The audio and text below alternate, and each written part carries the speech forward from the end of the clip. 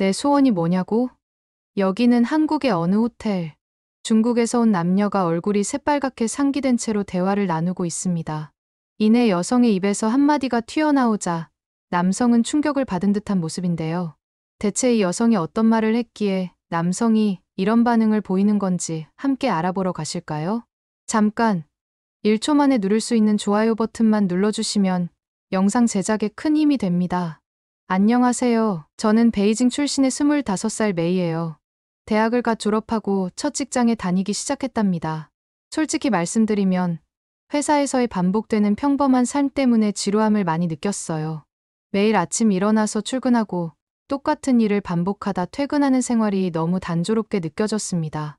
그래서 항상 새로운 경험이 없을까 고민하면서 찾아다녔어요. 주말마다 새로운 카페를 찾아가 보기도 하고 전시회도 가보고 혼자 여행을 떠나기도 했답니다. 하지만 그런 일시적인 경험들로는 채워지지 않는 갈증 같은 게 있었어요. 뭔가 더 큰 변화, 더 의미 있는 경험을 원했던 것 같아요. 제 남자친구 천밍은 29살 회사원인데 어느 순간부터 극단적인 중국 우월주의에 빠져 있더라고요. 처음 만날 때부터 그랬던 건 아니에요. 천밍이랑 처음 만났을 때는 정말 다정하고 배려심이 많은 사람이었거든요. 그런데 어느 날 친구 한 명 잘못 만나더니 중국 커뮤니티 하나에 푹 빠져서 밤낮 없이 거기에 빠져 살기 시작했어요. 처음에는 그냥 새로운 취미가 생겼나 보다 했는데 점점 심해지더라고요. 심지어 말투까지 변했고 커뮤니티에서 쓰는 언어들을 일상에서도 사용하면서 주변 사람들을 불편하게 하는 게 한두 번이 아니었답니다. 예를 들면 저희가 함께 식당에 갔는데 갑자기 이 음식은 우리 중화 요리를 베낀 거야. 역시 중국이 원조지라고 말하는 거예요. 처음에는 그냥 농담인 줄 알았는데 점점 그런 말들이 진심으로 변해가는 게 느껴졌어요. 특히 천밍은 항상 중국의 우수성을 강조하며 다른 나라들을 폄하하는 발언을 자주 했어요. 그중에서 한국에 대해서는 더 심했습니다. 한국에서는 수박과 고기가 비싸서 사 먹지 못할 정도래. 우리 중국에서는 수박 정도는 쉽게 사 먹는데 한국이 가난한 거 아니야? 라고 자주 말하곤 했어요. 처음 그 말을 들었을 때는 너무 황당해서 웃음이 나오더라고요. 이해가 안 되는 말이었거든요. 하지만 천밍은 진지했어요. 심지어 천밍은 한국에서는 수박이 워낙 귀해서 여름에 수박을 먹고 나면 껍질을 차마 버리기 아까워서 김치를 담가 먹는데 중국 사람들이 수박 껍질 버리는 걸 한국 사람들이 보면 얼마나 아까워할지 몰라. 우리는 돼지한테도 수박을 막 주잖아. 라는 말까지 하더라고요. 정말 어이가 없었어요. 그런 말을 어디서 들었는지 물어봤더니 자기가 하는 커뮤니티에서 다들 그렇게 말한다고 하더라고요. 메이리는 제 얘기를 듣더니 어이가 없어서 한동안 웃기만 하더군요. 그러면서 메이리는 한국의 수박이 중국의 수박보다 3배 정도 비싼 건 사실이라고 했어요. 하지만 중국의 최저임금이 2,590위안인데 한국은 1,800위안인 거 아냐면서 임금이 거의 4배 이상은 차이 나서 충분히 그 정도 가격의 수박은 사 먹을 수 있다더라고요. 저는 메이린의 말을 듣고 천밍이 이렇게 왜곡된 생각을 갖고 있다는 점에서 너무 부끄러워졌습니다. 더 이상 천밍이 제게 했던 말을 메이린한테 전할 수 없겠더라고요. 이렇게 틈만 나면 한국을 깎아내리는 천밍과 다르게 저는 K-팝 때문에 한국에 대해 좋은 인상을 갖고 있었어요. 중국에서 K-팝을 듣는 게 쉽지 않았지만 어떻게든 들으려고 커뮤니티나 카페 같은 곳에 가입해서 들을 수 있는 방법을 찾아냈거든요. 처음에는 그저 음악이 좋아서 시작했는데 시간이 지나면서 한국 문화에 더 관심을 갖게 되더라고요. 한국 드라마도 보고 한국 음식도 찾아서 먹으러 다녔어요. 그러다 보니 자연스럽게 한국어까지 배우기 시작했답니다. 그런데 천밍이랑 함께 놀러 갈 때마다 제가 K-팝 노래를 들으면 왜 이따위 음악을 듣냐 하면서 제 음악 취향을 무시하곤 했어요. 처음에는 그냥 장난인 줄 알았는데 점점 그 말투가 심해지더라고요. 그때부터 천밍을 주의 깊게 봤던 것 같아요. 한 번은 제가 좋아하는 BTS의 노래를 들으면서 흥얼거리고 있었는데 천밍이 갑자기 화를 내면서 중국 노래를 들어야지. 왜 한국 노래를 그렇게 좋아하는 거야? 애국심이 없어. 라고 하더라고요. 너무 당황스러웠어요. 음악을 듣는 것과 애국심이 무슨 상관이 있다는 건지 이해할 수 없었거든요. 천밍이 입만 벌리면 맨날 한국은 가난한 나라라고 욕하기에 한 번은 제가 천밍에게 요즘 한국이 전 세계적으로 뜨고 있잖아. 그 정도로 가난하지는 않을 거야. 라고 반박했더니 갑자기 화를 내면서 어떻게 하늘 같은 남자친구 말을 듣지 않는 거야? 내 말이 무조건 맞아. 라며 저에게 윽박을 지르더라고요. 그 순간 너무 무서웠어요. 천밍이 그렇게 화를 내는 모습을 본 적이 없었거든요. 사실 이런 일이 한두 번이 아니었어요. 천밍이 요즘 들어 저한테 저런 식으로 구는 게 점점 심해졌거든요. 처음에는 그냥 넘어갔는데 점점 더 심해지니까 정말 힘들더라고요. 그래서 더는 싸우고 싶지 않아서 대충 천밍에게 져주고 말았습니다. 하지만 마음속으로는 정말 답답하고 화가 났어요. 저는 한국에 대해 연예인 외에는 잘 몰랐기 때문에 천밍의 말에 제대로 반박할 수 없었어요. 하지만 천밍의 말이 너무 과장되고 편향됐다는 건 느낄 수 있었습니다. 천밍의 이런 태도 때문에 저희 관계에 금이 가기 시작한 것 같아요. 그러던 어느 날 천밍이는 또 한국에 대해서 안 좋은 말을 하기 시작했어요. 한국 사람들은 가난해서 우유도 못 먹고 자라다 보니 키가 중국 사람들보다 훨씬 작다더군요. 그러면서 한국에서 김치만 먹는 이유가 돈이 없어서 풀떼기로밖에 영양소를 채울 수 있는 방법이 없기도 하고 수박을 재활용하기 위해서 그런 거라고 했습니다. 그러면서 김치도 사실은 중국에서 만든 거라나 뭐라나 듣기도 싫은 소리를 계속 해댔어요. 게다가 우유뿐만 아니라 수박도 사 먹기 힘든 건 당연하고 고기들을 못 사 먹어서 사람들이 삐쩍 마른 거라고 설명하기 시작하더라고요. 한국 여자들이 마르긴 했지만 그건 미용 목적으로 운동을 해서 갖춘 몸인데 아무것도 모르고 막말하는 천밍이가 저는 이해가 가지 않았어요. 그래서 천밍이한테 너가 오해하고 있는 거라고 하면서 왜 한국 사람들이 날씬한지에 대해서 설명을 해줬답니다. 천밍이는 인터넷에서 널리고 깔린 게 한국이 가난하다는 말인데 눈에 보이는 것도 믿지 못하면 이 세상을 어떻게 살아가려는 거냐고 저를 타박했어요. 이번에는 저도 화가 나서 양보할 수 없었고 케이팝이 전 세계로 얼마나 유명한지를 설명했습니다. 한국 사람들이 열심히 관리하고 노력해서 만든 몸을 아무 노력도 안 하는 너가 무시하면 안 된다고 말을 했어요. 세게 나오는 저를 본 천밍이는 어이없어 하면서 너가 그렇게 당당하면 이번에 휴가 때 한국을 가서 직접 두 눈으로 보자고 말을 했고 소원 들어주는 내기를 걸자고 했어요. 저는 천밍이한테 웬일로 한국까지 가야겠다는 생각까지 한 거냐고 물어봤는데 천밍이는 가난한 나라에 가서 자기가 조금이라도 돈을 써주고 와야겠다는 생각을 했고 그래서 가자고 했다는 식으로 말하더라고요. 사실 천밍이의 의도는 마음에 들지 않았지만 전부터 한국에 계속 가고 싶었던 저는 마침 잘 됐다고 생각해서 천밍이한테 그렇게 하자고 했고 뭘 보든 인정하지 않을 것 같아서 천밍이한테 인정할 건 인정하자고 미리 약속했습니다. 웬일로 군말 없이 제가 하는 말에 천밍은 약속을 했어요. 하지만 천밍이는 여행 준비를 하는 동안에도 계속해서 한국을 비하하는 말을 하더군요. 저는 천밍이가 하는 말 한마디 한마디 모두 불편함을 느꼈지만 이번 한국 여행이 천밍의 편견을 깨는 계기가 될 수 있을 거라 믿어 의심치 않았답니다. 그렇게 한국행 당일날 저희는 인천공항에 도착했고 천밍은 중국의 발전상을 과시하며 한국은 그에 비해 너무 뒤떨어졌다고 주장했어요. 저는 천밍의 말에 대꾸하지 않았지만 마음속으로는 천밍이의 편견이 심각하다고 느꼈고 저걸 어떻게 해야 고칠 수 있을지 걱정을 많이 했어요. 솔직히 저런 편견이 한국에서 끝나지 않을 거라는 생각이 들었거든요. 인천공항에서 밖으로 나가던 중 저희는 공항이 생각한 것보다 크고 깔끔한 현대적인 모습을 갖추고 있어서 놀랐어요. 하지만 천밍은 이를 인정하지 않고 오히려 중국의 공항이 더 크고 좋다고 큰 소리로 떠들면서 캐리어를 질질 끌고 다니더군요. 저는 정말 입을 콱 막아버리고 싶었지만 꾹 참고 얼른 밖으로 나가야겠다고 생각했어요. 출구가 도저히 어딘지 모르겠어서 저는 공항 직원에게 어떻게 해야 밖으로 나갈 수 있는지 여쭤봤고 공항 직원은 친절하게 안내해줬어요. 하지만 천밍은 공항 직원이 말하는 것을 불쾌해하며 비아냥거리면서 대답했고 저는 천밍이 너무 예의 없이 행동하는 것 같아 대신 사과하는 의미로 공항 직원한테 연신 고개를 숙였어요. 그걸 본 천밍이는 지금 뭐 하는 거냐며 오히려 저를 나무라며 큰 소리를 치더라고요. 나 참 어이가 없어서 말이죠. 공항 직원분이 쉽게 출구를 알려줘서 생각한 것보다 금방 공항 밖으로 나올 수 있었고 공항에서 나와 택시를 탔을 때 천밍은 운전기사에게 무례하게 행동하면서 중국어로 한국을 비하하는 말을 계속했어요. 저는 중국어를 알아듣지 못하는 택시기사분이 욕을 먹는 게 너무 화가 나서 제발 그만하라고 천밍의 등짝을 후려쳤고 제발 엄한 사람 건들지 말고 그 입 좀 조용히 하면 안 되냐고 말을 했어요.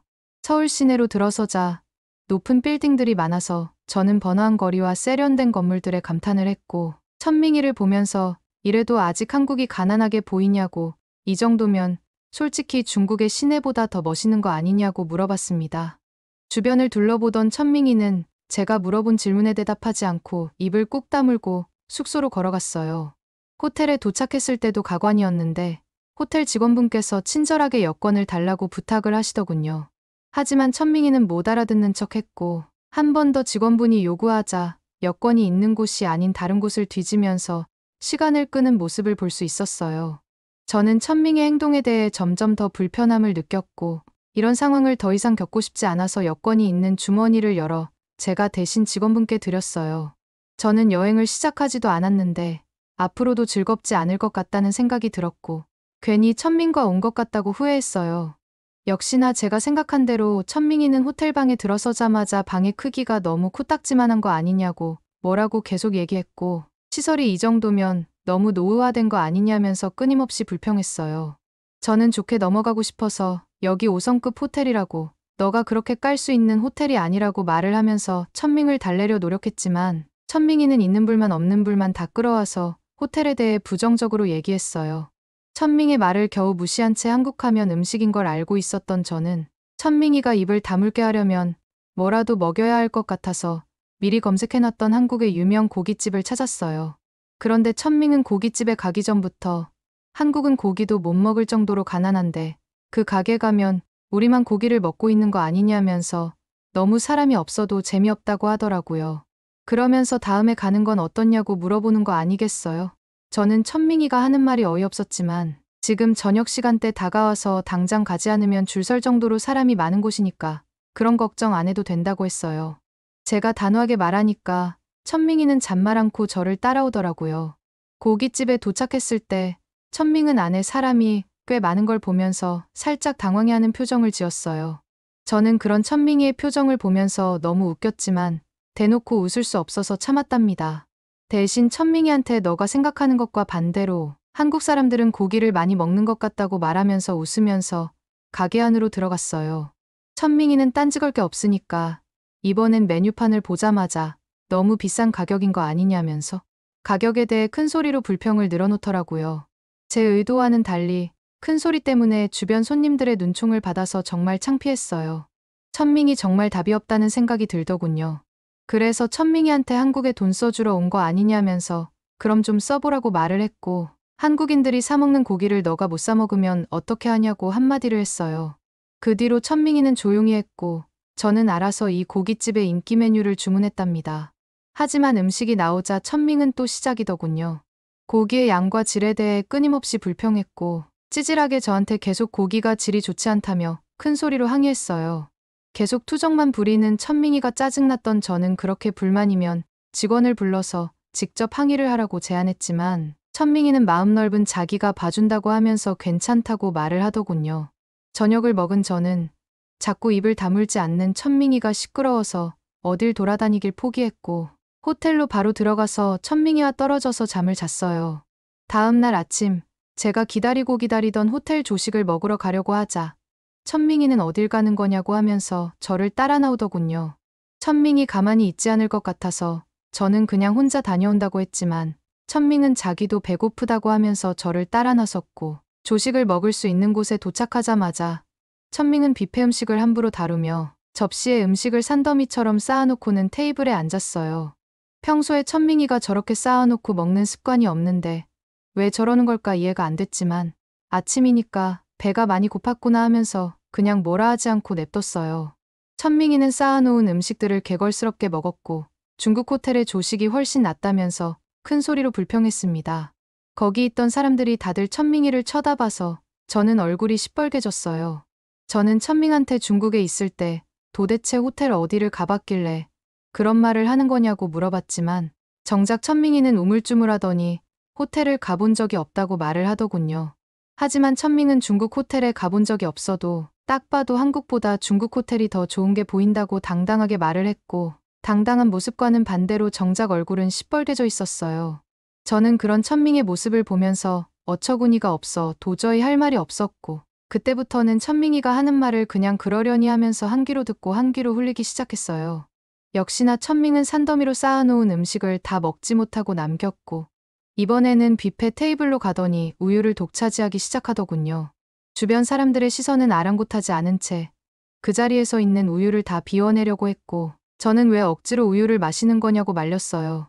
천밍이는 오히려 큰 소리로 자기가 돈 내고 먹는 거라면서 뭐가 문제냐고 소리쳤고, 주변 손님들이 불편해하는 게 느껴지자 마음속 깊은 곳에서 수치심까지 느껴지더군요. 그런데 천밍의 진상짓은 이게 끝이 아니었습니다. 식사를 마친 천밍은 갑자기 봉투를 꺼내 음식을 담기 시작했어요.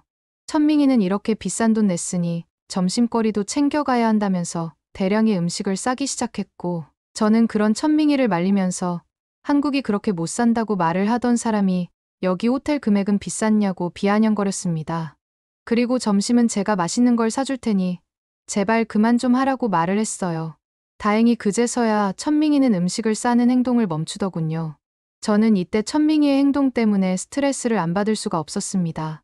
이 사람과 계속 여행을 해야 하나 고민도 많이 됐고, 어떻게 하면 천밍이의 행동을 조금이라도 개선시킬 수 있을지 머리를 싸매고 고민했답니다. 하지만 천밍이의 성격을 바꾸는 건 불가능해 보였고, 결국 제가 참고 견디는 수밖에 없다는 생각이 들더라고요. 이 여행이 빨리 끝났으면 좋겠다는 생각도 들었지만, 그래도 한국에 대해 좋은 인상을 주고 싶어서 계속 노력했습니다. 그렇게 오후가 되었고, 쇼핑을 하면 좀 낫겠다는 생각이 들었던 저는 천민과 함께 명동 쇼핑 거리로 향했어요. 명동은 서울에서 가장 유명한 쇼핑 지역 중 하나라고 들었거든요. 사실 저는 명동에 대해 많이 들어봤지만 실제로 가보는 건 처음이라 정말 기대가 컸답니다. 명동에 도착하자 간판이 화려한 건 물론이고 사람들도 엄청 많더군요. 정말 활기 넘치는 분위기였습니다. 그런데 갑자기 천밍의 행동이 눈에 띄기 시작했어요. 길거리 음식을 사 먹었는데 쓰레기를 아무데나 버리는 거 아니겠어요? 진짜 그 모습 보면서 어찌나 당황스러웠는지 몰라요. 결국 저는 천밍이 버린 쓰레기를 하나씩 주워 제 가방에 넣기 시작했습니다. 솔직히 좀 창피하기도 했지만 한국의 깨끗한 거리를 더럽히지 않는 게 중요하겠다는 생각이 들었거든요. 그리고 저는 천밍에게 쓰레기는 쓰레기통에 버려야 하지 않겠냐고 조심스럽게 말을 꺼냈어요. 천밍의 기분을 상하게 하고 싶지 않았지만 그래도 이건 꼭 말해야 할 것 같더라고요. 그런데 천밍의 반응은 예상 밖이었어요. 오히려 저한테 화를 내며 큰 소리로 말하는 거 있죠? 뭘 그렇게 깐깐하게 굴어? 중국 거리보다 더러워서 이러는 건데. 저는 천밍의 말에 깜짝 놀랐어요. 제가 보기엔 한국 거리가 훨씬 깨끗했거든요. 게다가 천밍의 목소리가 너무 커서 주변 사람들이 저희를 쳐다보기 시작했어요. 사람들의 표정이 찌푸려지고 웅성거리는 소리가 들리더라고요. 너무 부끄러운 나머지 얼굴이 달아오르는 게 느껴지더군요. 제가 마치 죄인이 된 듯한 느낌이었어요. 하는 수 없이 빨리 이 상황을 벗어나고 싶어서 천밍의 팔을 잡고 그 자리를 피했답니다. 그렇게 도망치듯이 지하철을 타고 자리를 피했던 저희는 제가 중국에 있을 때부터 꼭 가보고 싶었던 맛집에 도착했어요. 이 레스토랑은 한국에서 중국 음식을 정말 맛있게 한다고 소문난 곳이거든요. 심지어 중국에서도 이 집 음식이 본토보다 맛있다고 할 정도였어요. 제가 중국에 있을 때부터 이 레스토랑 얘기를 많이 듣다 보니 정말 기대가 되더라고요. 하지만 역시 인기 있는 곳이라 그런지 가게 앞에 길게 줄을 서고 있었어요. 줄을 보니 1시간 정도는 기다려야겠더라고요. 저는 바로 들어갈 수 없어서 조금 속상했지만 그래도 맛있는 음식을 먹을 생각에 기다리기로 마음먹고 있었습니다. 그런데 갑자기 천밍이 이상한 행동을 하기 시작했어요. 줄을 서 있는 사람들을 무시하고 바로 가게 안으로 들어가려고 하는 거예요. 너무 당황스러운 나머지 어쩔 줄을 모르겠더군요. 천밍을 말려야 할지 아니면 그냥 냅둬야 할지 고민되었거든요. 다행히 가게 직원이 천밍을 제지하고 이름을 적고 줄을 서라고 안내해 주셨어요. 저는 속으로 다행이라고 생각했습니다. 그런데 천밍의 반응이 또 예상 밖이었어요. 한국인 따위가 나를 무시해 라며 씩씩대기 시작하더니 갑자기 줄의 중간으로 들어가 새치기를 하는 거예요. 그 장면을 보고 정말 어이가 없어서 말문이 막혔습니다. 천밍이 저보고 옆으로 오라고 하는데 정말 그 순간에는 쥐구멍에 숨고 싶다는 생각을 하게 되더군요. 줄을 서 있는 다른 사람들의 눈치도 보이고 천밍의 행동도 이해할 수 없었거든요. 근데 그때 천밍 뒤에 있던 덩치 큰 한국인 남자분이 천밍의 등을 두드리며 말을 걸었어요. 그 남자분은 웃으면서 천밍에게 줄은 맨 뒤에서부터 서야 한다고 손짓으로 알려주시더라고요. 솔직히 남자친구가 있는데도 반할 뻔했습니다. 화를 내지 않고 부드럽게 설명해 주시는 모습이 정말 멋져 보였거든요. 그러자 천밍은 갑자기 태도를 바꿔 굽신거리며 줄에 맨 뒤로 가더군요. 정말 천밍이 얼마나 한심해 보이던지 당장 집에 가고 싶을 정도였습니다. 특히나 천밍의 행동 때문에 다른 사람들에게 피해를 줬다는 생각이 들어 너무 미안했어요. 그런데 천밍은 그 와중에도 계속 중얼거리더라고요. 중국이었으면 가만두지 않았을 텐데 한국이라서 봐준다 라면서 허세를 부리는 거 있죠? 그 말을 듣고 정말 한숨만 나왔습니다. 그렇게 별일을 다 겪으며 1시간 가까이 줄을 서서 기다린 끝에 드디어 가게 안으로 들어갈 수 있었어요. 근데 입구에 들어서자마자 천민이가 또 큰 소리로 떠들기 시작하더군요. 레스토랑 내부의 중국풍 장식을 가리키면서 이게 바로 대국 중국의 영향력이라고 하는 거 아니겠어요? 그러더니 저를 보면서 한국이 얼마나 필사적으로 중국을 따라하려 하는지 한번 보라고 말하는데 정말 어이가 없더군요. 저는 그냥 대꾸하지 않고 메뉴판만 조용히 보고 있었습니다. 솔직히 천밍이의 말을 들으면 들을수록 화가 나서 도저히 참을 수가 없더라고요. 그러자 천밍이 자신의 말이 맞아서 아무 말도 못하는 거냐고 하더군요. 저는 참다 중국에 있는 한 식당이 한국처럼 꾸며져 있으면 한국이 중국을 먹은 거냐고 물어봤어요. 그러자 천밍이 조용해지더라고요. 그 순간만큼은 좀 속이 시원했답니다. 하지만 음식이 나오자 천밍이는 또 깎아내리기를 시작했어요. 이게 무슨 중국 요리냐면서 불평을 하기 시작하더니 급기야 도저히 못 참겠다며 주방장을 불러달라는 거 있죠? 주방장이 오자마자 천밍이가 번역기 앱으로 한국에서는 제대로 된 중국 요리를 만들 줄도 모르냐며 모욕적인 말을 퍼부었습니다. 그런데 웃긴 건 알고 보니 그 주방장도 중국인이었다는 거예요. 그걸 알고 나서 천밍이의 태도가 갑자기 바뀌더니 머쓱해하면서 조용히 다시 음식을 먹으려고 하더군요. 그러다가 천밍이가 또 이상한 말을 꺼냈어요. 한국 사람들은 젓가락질을 하지도 못한다고 말이에요. 그런데 정작 자기는 짜장면 하나 제대로 집지 못하고 테이블에 다 흘리면서 먹더군요. 이제는 저도 천밍에 대해 오만정이 다 떨어져서 그런 건지 밥 먹는 모습만 봐도 너무 열받고 짜증이 났어요. 하지만 싸우기 싫어서 조용히 밥만 먹었습니다. 그날 저녁 천밍이 갑자기 한국의 수박을 다 쓸어버리겠다면서 마트를 방문하자고 하더라고요. 마트 입구에 들어서자마자 생각보다 커서 저도 좀 놀랐는데 천밍은 또 시작이었어요. 솔직히 아무 냄새도 안 났는데 갑자기 후진국 냄새가 난다며 큰 소리로 비난하더라고요. 그런데 가관이었던 건 그 다음이었어요. 수박 코너를 겨우 찾아낸 천밍이 수박 가격을 보더니 갑자기 당황했거든요. 아까 수박을 다 쓸어버리겠다던 허세는 온데간데 사라지고 생각보다 비싼 한국 수박 가격에 놀라서 한 개도 살 생각을 못하고 있더군요. 이해는 해요. 그럴만도 한 게 중국 물가 기준으로 따져보면 한국 수박 한 통에 며칠치 식비는 될 테니까요. 게다가 그 사이에 적어도 5명은 넘게 수박을 사가더라고요. 저는 참다 한국 사람들은 수박을 사 먹지 못할 정도로 가난하다면서 어떻게 1분도 안 됐는데 벌써 5명이나 수박을 사갈 수 있는 건지 물어봤어요. 그러자 천밍이 화를 내며 저보고 도대체 누구 편이냐고 소리치더라고요. 저는 그 말을 무시한 채 냉장 코너에 있는 잘린 수박들을 가리키면서 한국은 센스 있게 이렇게 잘라서도 판다고 하자 천밍이 또 헛소리를 늘어놓기 시작했습니다. 저렇게 잘려있는 수박이 있으면 나머지 수박 껍질로는 무조건 김치를 해먹었을 거라면서 저한테 따지더라고요. 그렇게 허세 부리던 천밍이가 결국 마트에서 사온 건 콜라 한 캔이었습니다. 저런 천밍이를 보면서 더 이상은 도저히 참을 수가 없었어요. 자기가 뱉은 말도 못 지키면서 저한테 짜증만 내는 모습에 오만정이 다 떨어지더군요. 더 이상 말을 하지 않고 그냥 호텔로 돌아갔습니다. 호텔에 도착하자마자 저는 천밍이한테 헤어지자고 말했어요. 본인이 잘못한 것에 대해 인정하려고 하지도 않고 계속 편협한 생각을 가지고 있으면서 고치려고도 하지 않는 모습을 보니까 앞으로 함께할 수 없을 것 같다고 말했습니다. 그러자 천밍이 갑자기 무릎을 꿇더니 자기가 잘못했다고 말하기 시작했어요. 솔직히 한국이 중국보다 훨씬 더 깨끗하고 잘 관리된 게 보여 당황해서 그랬다면서 한국이 살고 싶을 정도로 좋은 나라라는 걸 인정한다고 하더라고요. 그러면서 자기가 내기에도 졌다는 걸 인정하고 소원으로 뭐든 들어줄 테니 다 말하라고 했어요.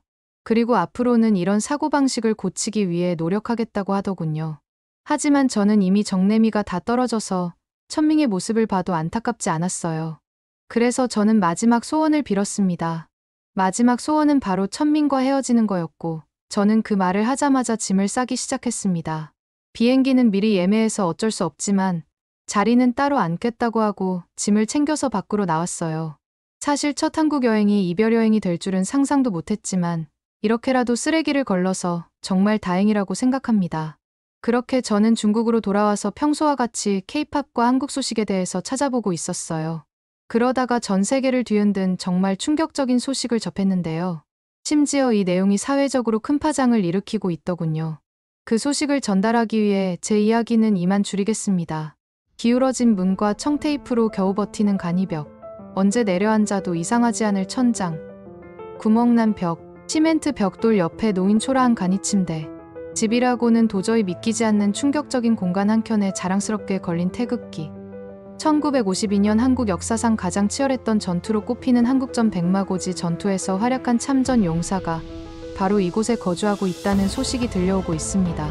6.25 전쟁 중 북한에 끌려갔다 풀려난 후 조국을 위해 한국전에 다시 참전했던 그는 말 그대로 생사의 갈림길을 수없이 넘나들었는데요. 그가 이렇게까지 싸웠던 이유는 오직 하나, 조국의 자유였습니다. 하지만 조국을 위해 목숨을 걸었던 그에게 남은 유일한 대가는 바로 가난이었는데요. 설상가상으로 평생을 함께 사랑한 아내마저 폐가 굳어지는 질환으로 인해 시한부 선고를 받았습니다. 이렇게 그의 삶은 더욱 깊은 어둠 속으로 빠져들고 마는데요. 그럼에도 불구하고 그의 집안에 자랑스럽게 걸린 표창장과 태극기는 그가 여전히 한국전에 참전한 것을 후회하지 않고 있음을 보여줍니다. 그리고 이 모습은 보는 이들의 마음을 더욱 쓰리게 했는데요. 그에게 가장 필요했던 것은 단 한마디였습니다. 감사합니다. 그런데 최근 한 한국인들이 그의 앞에 나타나 오랫동안 기다려온 그 말을 전했습니다. 너무 늦었습니다. 죄송합니다. 한국을 지켜주셔서 감사합니다. 이 말과 함께 이들은 수십 년 동안 무더운 여름을 보냈을 그에게 에어컨을 비롯한 세탁기, 전자레인지와 같은 생활에 꼭 필요한 가전제품을 전달했고 이로 인해 발생할 전기세 일부도 지원하기로 했습니다. 이들은 우리가 지금 누리는 모든 것이 이분들의 피와 땀, 그리고 청춘 위에 세워졌으니 이제 우리가 나설 때입니다. 라고 말하며 즉각적인 지원을 결정했는데요. 이를 통해 그 참전 용사는 한국전 참전이라는 자신의 헌신이 결코 잊혀지지 않았음을 깨닫게 되었습니다. 이러한 행동의 주체는 인프레쉬라는 기업이었습니다. 그들의 꾸준한 사회공헌 활동은 이미 많은 이들에게 감동을 주었습니다. 얼마 전에는 피부암에 걸린 참전 용사가 씻지도 못하는 상황에 처하자 시급히 화장실 개선 후원을 진행하였고 이외에도 한국을 비롯한 에티오피아, 필리핀, 콜롬비아, 태국 등 수백 수천 킬로미터 떨어진 곳까지 망설이지 않고 찾아가 필요한 금전, 물품, 의료기술 등을 지원했습니다. 이러한 소식에 외신과 해외 네티즌들은 한국이라는 나라 자체에까지 감동을 표하고 있는데요. 인프레쉬가 이런 선행을 이어가는 이유는 단 하나입니다. 한국인이기 때문에. 이 기업의 한마디는 많은 한국인의 심금을 울렸고 한국전 역사에 무관심했던 이들마저 관심을 갖게 만들었습니다. 많은 사람들이 이러한 인프레쉬의 의미 있는 활동에 동참하고자 후원 방법을 문의했고 이에 인프레쉬는 6.25 참전 용사들을 위한 특별 굿즈를 출시했는데요. 태극기를 디자인 포인트로 담아낸 해당 티셔츠와 볼캡에는 Things to Remember라는 문구가 새겨져 있어 참전 용사들의 노고를 기억하자는 메시지를 전하고 있습니다. 또한 일상 속 착용할 수 있는 심플한 디자인으로 많은 사랑을 받고 있는데요. 해당 상품의 수익금 일부는 6.25 참전 용사들에게 후원되며 기업 이름이 아닌 구매에 동참한 한국인들의 이름으로 전달된다고 합니다. 현재 특별 할인가로 판매 중이니 많은 분들의 동참을 부탁드립니다. 구매처는 고정 댓글을 통해 확인하실 수 있습니다. 저희 감동 카메라 역시 한국인으로서 참전 용사분들께 조금이나마 도움이 되고자 인프레쉬의 이 뜻깊은 활동에 동참했습니다. 여러분의 따뜻한 응원과 격려 부탁드리며 우리의 자유와 평화를 위해 목숨을 바쳐 싸워주신 참전 용사분들께 다시 한번 깊은 감사의 마음을 전합니다. 오늘의 사연은 어떠셨나요? 오늘의 사연이 마음에 드셨다면 좋아요만 한번 눌러주세요. 1초밖에 안 걸리지만 좋아요를 한번 눌러주시면 더 좋은 사연을 소개해드리는데 큰 힘이 된답니다. 긴 영상 시청해주셔서 감사합니다. 오늘도 행복한 하루 보내세요.